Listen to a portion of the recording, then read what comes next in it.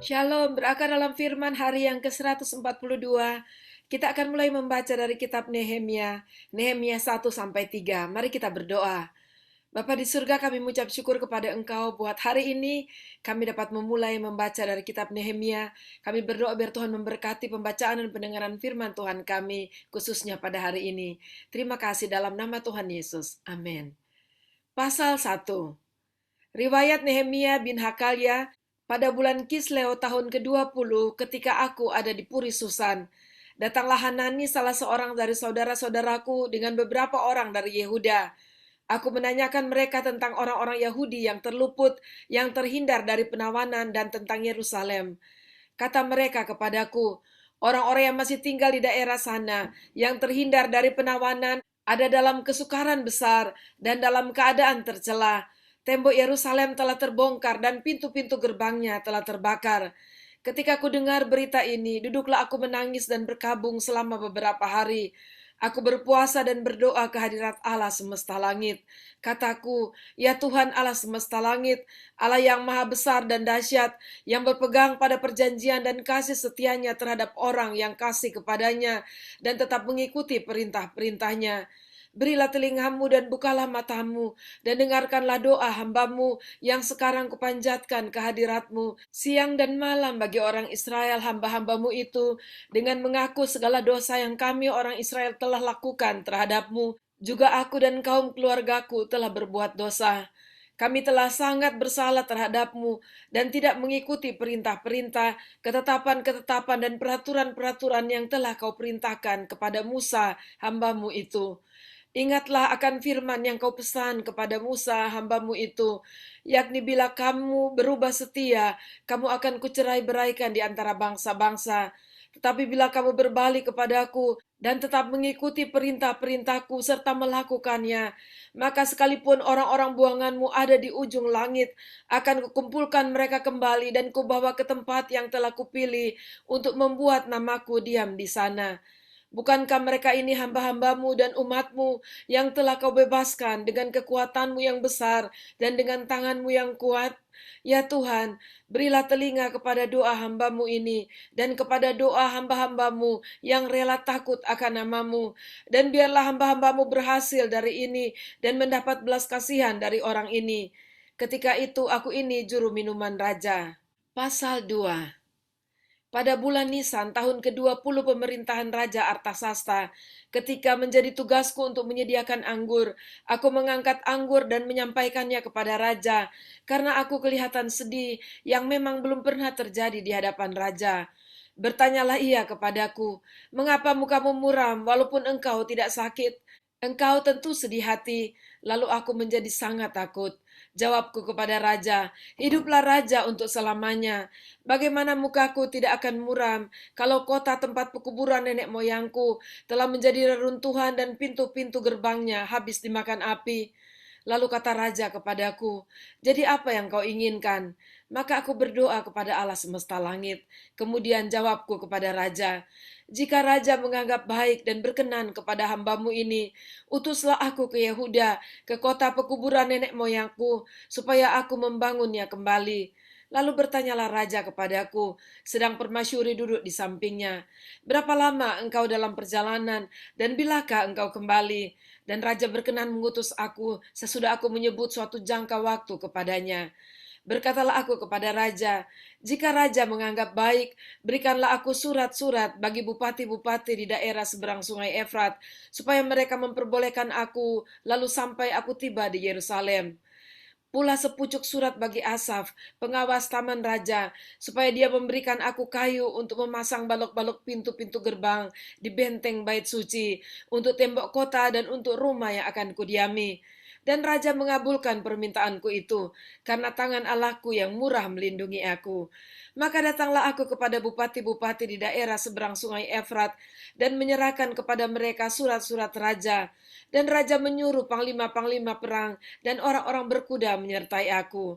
Ketika Sanbalat orang Horon dan Tobia orang Amon pelayan itu mendengar hal itu, mereka sangat kesal karena ada orang yang datang mengusahakan kesejahteraan orang Israel. Maka tibalah aku di Yerusalem. Sesudah 3 hari aku di sana, bangunlah aku pada malam hari bersama beberapa orang saja yang menyertai aku. Aku tidak memberitahukan kepada siapapun rencana yang akan kulakukan untuk Yerusalem, yang diberikan Allahku dalam hatiku. Juga tak ada lain binatang kepadaku kecuali yang kutunggangi. Demikian pada malam hari aku keluar melalui pintu gerbang lebak ke jurusan mata air ular naga dan pintu gerbang sampah. Aku menyelidiki dengan seksama tembok-tembok Yerusalem yang telah terbongkar dan pintu-pintu gerbangnya yang habis dimakan api. Lalu aku meneruskan perjalananku ke pintu gerbang mata air dan ke kolam raja. Karena binatang yang kutunggangi tidak dapat lalu di tempat itu, aku naik ke atas melalui wadi pada malam hari dan menyelidiki dengan seksama tembok itu. Kemudian aku kembali, lalu masuk melalui pintu gerbang lebak. Demikianlah aku pulang. Para penguasa tidak tahu kemana aku telah pergi dan apa yang telah kulakukan. Karena sampai kini, aku belum memberitahukan apa-apa kepada orang Yahudi, baik kepada para imam maupun kepada para pemuka, kepada para penguasa dan para petugas lainnya. Berkatalah aku kepada mereka, kamu lihat kemalangan yang kita alami, yakni Yerusalem telah menjadi reruntuhan dan pintu-pintu gerbangnya telah terbakar. Mari kita bangun kembali tembok Yerusalem, supaya kita tidak lagi dicela. Ketika aku beritahukan kepada mereka betapa murahnya tangan Allahku yang melindungi aku, dan juga apa yang dikatakan Raja kepadaku, berkatalah mereka, kami siap untuk membangun. Dan dengan sekuat tenaga, mereka mulai melakukan pekerjaan yang baik itu. Ketika Sanbalat, orang Horon, dan Tobia, orang Amon, pelayan itu, dan Geshem, orang Arab, mendengar itu, mereka mengolok-olokkan dan menghina kami, kata mereka, apa yang kamu lakukan itu? Apa kamu mau berontak terhadap raja? Aku menjawab mereka, kataku, Allah semesta langit, dialah yang membuat kami berhasil. Kami hamba-hambanya telah siap untuk membangun. Tetapi kamu tak punya bagian atau hak dan tidak akan diingat di Yerusalem. Pasal 3. Maka bersiaplah imam besar Eliasib dan para imam, saudara-saudaranya, lalu membangun kembali pintu gerbang domba. Mereka mentahbiskannya dan memasang pintu-pintunya. Mereka mentahbiskannya sampai menara Mea, menara Hananiel. Berdekatan dengan mereka orang-orang Yeriko membangun, dan berdekatan dengan orang-orang itu Sakur bin Imri. Pintu gerbang ikan dibangun oleh Bani Senaa. Mereka memasang balok-balok lalu memasang pintu-pintunya dengan pengancing-pengancing dan palang-palangnya. Berdekatan dengan mereka Meremot bin Uria bin Hakos mengadakan perbaikan, dan berdekatan dengan dia Mesulam bin Berekia bin Mesesabel. Berdekatan dengan dia Sadok bin Baana mengadakan perbaikan, dan berdekatan dengan dia orang-orang Tekoa. Hanya pemuka-pemuka mereka tidak mau memberi bahunya untuk pekerjaan Tuhan mereka. Pintu-pintu gerbang lama diperbaiki oleh Yoyada bin Pasea dan Mesulam bin Besoja. Mereka memasang balok-balok lalu memasang pintu-pintunya dengan pengancing-pengancing dan palang-palangnya. Berdekatan dengan mereka Melaca orang Gibeon dan Yadon orang Meronot mengadakan perbaikan beserta orang-orang Gibeon dan Mispa yang berada di wilayah kekuasaan bupati daerah sebelah barat Sungai Efrat. Berdekatan dengan mereka Usiel bin Harhaya, salah seorang tukang emas, mengadakan perbaikan, dan berdekatan dengan dia Hananya, seorang juru campur rempah-rempah. Mereka memperkokoh Yerusalem sampai tembok lebar. Berdekatan dengan mereka Refaya bin Hur, penguasa setengah wilayah Yerusalem yang satu, mengadakan perbaikan. Berdekatan dengan dia Yedaya bin Harumaf mengadakan perbaikan tepat di depan rumahnya, dan berdekatan dengan dia Hatus bin Hasabnea. Malkia bin Harim dan Hasub bin Pahat Moab memperbaiki bagian yang lain dan menara perapian. Berdekatan dengan mereka Salum bin Halohes, penguasa setengah wilayah Yerusalem yang lain, mengadakan perbaikan bersama-sama anak-anak perempuannya. Pintu gerbang lebak diperbaiki oleh Hanun dan penduduk Sanoa. Mereka membangunnya kembali dan memasang pintu-pintunya dengan pengancing-pengancing dan palang-palangnya. Pula tembok diperbaiki sepanjang 1.000 hasta sampai pada pintu gerbang sampah. Pintu gerbang sampah diperbaiki oleh Malkia bin Rekab, penguasa wilayah Bet Kerem. Ia membangunnya kembali dan memasang pintu-pintunya dengan pengancing-pengancing dan palang-palangnya. Pintu gerbang mata air diperbaiki oleh Salum bin Kolhose, penguasa wilayah Mispa. Pintu gerbang itu dibangunnya kembali, diberinya atap dan dipasangnya pintu-pintunya dengan pengancing-pengancing dan palang-palangnya. Juga diperbaikinya tembok kolam penampung air saluran dekat taman raja sampai pada tangga-tangga yang menurun dari kota Daud. Di sampingnya Nehemia bin Asbuk, penguasa setengah wilayah Betsur, mengadakan perbaikan sampai di depan pekuburan Daud dan sampai pada kolam buatan dan rumah para pahlawan. Di sampingnya orang-orang Lewi mengadakan perbaikan, yakni Rehum bin Bani, dan berdekatan dengan dia Hasabya, penguasa setengah wilayah Kehila yang satu untuk wilayahnya. Di sampingnya saudara-saudara mereka, yakni Binul bin Henadad, penguasa setengah wilayah Kehila yang lain, mengadakan perbaikan. Berdekatan dengan dia Eser bin Yesua, penguasa Mispa, memperbaiki bagian yang berikut di depan pendakian ke gudang senjata dekat sudut. Di sampingnya Baruk bin Sabai, memperbaiki bagian yang berikut dari sudut sampai pada pintu masuk rumah imam besar Eliasib. Di sampingnya Meremot bin Uria bin Hakos memperbaiki bagian yang berikut dari pintu masuk rumah Eliasib sampai pada ujung rumah Eliasib. Di sampingnya para imam, orang-orang dari lembah Yordan mengadakan perbaikan. Di samping mereka Benyamin bin Hasub mengadakan perbaikan di depan rumah mereka. Di samping mereka Asaria bin Maseya bin Ananya mengadakan perbaikan di samping rumahnya. Di sampingnya Binui bin Henadad memperbaiki bagian yang berikut dari rumah Asaria sampai sudut dan sampai penjuru. Pulal bin Usai mengadakan perbaikan di depan sudut dan di depan menara yang tinggi yang menonjol dari istana raja dekat pelataran penjagaan.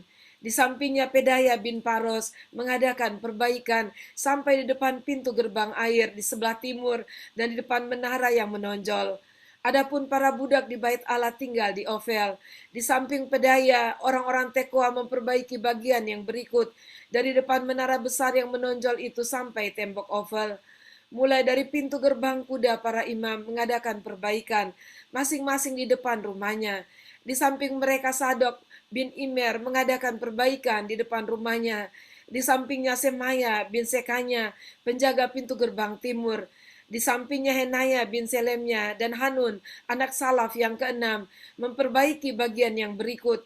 Di samping mereka Mesulam bin Berekia mengadakan perbaikan di depan biliknya. Di samping Malkia, seorang tukang emas, mengadakan perbaikan sampai pada rumah para budak di bait Allah dan para pedagang, di depan pintu gerbang pendaftaran, dan sampai pada kamar atas di penjuru. Lalu antara kamar atas di penjuru dan pintu gerbang domba, para tukang emas dan para pedagang mengadakan perbaikan. Demikianlah pembacaan dan pendengaran firman kita pada hari ini. Kita sangat bangga akan Tuhan kita, bagaimana Dia kemudian membangkitkan seorang lagi, yaitu Nehemia, seorang juru minuman raja, yang akhirnya Raja Artasasta dibuat Tuhan berbaik hati untuk mengizinkan Nehemia, bahkan mengutusnya dan memberikannya dengan surat yang sangat menolong Nehemia untuk menyelesaikan tugas-tugasnya. Dan kita bersyukur melihat tanggapan yang sangat baik, walaupun ada tantangan-tantangan dari beberapa orang yang lain, tetapi tanggapan yang baik dari bangsa Yehuda dan orang-orang yang bersama mereka. Dan mereka bersatu padu bekerja bersama-sama mengadakan perbaikan bagi tembok kota, pintu gerbang dan pintu gerbang bait Allah. Dan kita bersyukur kepada Tuhan bagaimana pekerjaan bersama yang dilakukan dengan sukacita diberkati oleh Tuhan. Seperti kata Nehemia, bahwa mereka percaya kepada Tuhan Allah Israel yang gagah perkasa dan Dia sendiri yang membuat mereka berhasil. Dan mari sebagai umat Tuhan kita juga belajar dari mereka untuk menangkap rencana dan perintah Tuhan di dalam kehidupan kita, melakukannya dengan mengandalkan Tuhan dan percaya bahwa Dia akan menyediakan segala yang diperlukan. Dan bersatu padu dalam kerjasama yang baik, kita akan berhasil melihat apa yang Tuhan rencanakan dalam hidup kita dapat terlaksana. Puji Tuhan, Tuhan Yesus memberkati. Mari kita berdoa. Terima kasih Tuhan, kami dapat belajar dari apa yang sudah kami baca dari kisah Nehemia pada saat dia kembali ke Yerusalem dan dia memperbaiki kota. dan dia diutus oleh raja, dan dia melakukan dengan mengandalkan Tuhan, dan Tuhan membuat semuanya itu berhasil. Terima kasih Tuhan, ajarlah kami untuk setia, ajarlah kami untuk sungguh-sungguh percaya dan taat kepada Engkau dan melakukan segala yang Tuhan perintahkan kepada kami dengan sungguh-sungguh mengandalkan Engkau. Terpujilah Engkau, dalam nama Tuhan Yesus kami berdoa. Amin. Tuhan Yesus memberkati, sampai jumpa besok.